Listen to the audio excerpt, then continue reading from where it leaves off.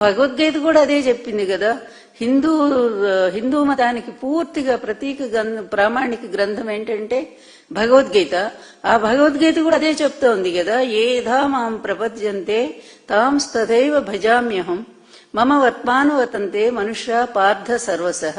నువ్వు ఏ దేవుణ్ణైనా పూజ చేసుకో, ఏ రూపంలోనైనా కొలుచుకో, ఆ రూపంలో ఉన్న శక్తి నేనే అవుతాను అని చెప్పి ఇంత స్పష్టంగా, ఇంత సర్వ సమానత్వాన్ని హిందూ మతం ఇంత విశాలతత్వాన్ని ప్రబోధం చేసింది కదా. మరి నువ్వెట్లా హిందూ అవుతావు? నీ బానిస పవన్ కళ్యాణ్ ఎట్లా హిందూ అవుతారు? నీ కొడుకు ఎట్లా హిందూ అవుతారు? ఎప్పుడైనా సరే నువ్వు అసలు చెప్పులు లేకుండా పూజలు చేసావా? అసలు పూజల పట్ల, దేవుడి పట్ల నీకు గౌరవం ఉందా? అవసరానికి దేవుణ్ణి అడ్డం పెట్టుకునేటువంటి నీలాంటి క్షుద్రుడు, నేను వాడుతున్నాను క్షుద్రం హృదయ దౌర్బల్యం అని భగవద్గీత చెప్పింది కదా, నీలాంటి క్షుద్రుడు అసలు హిందూ మతం పేరెత్తడానికి అర్హత ఉందా? దేవుడి పేరెత్తడానికి అర్హత ఉందా?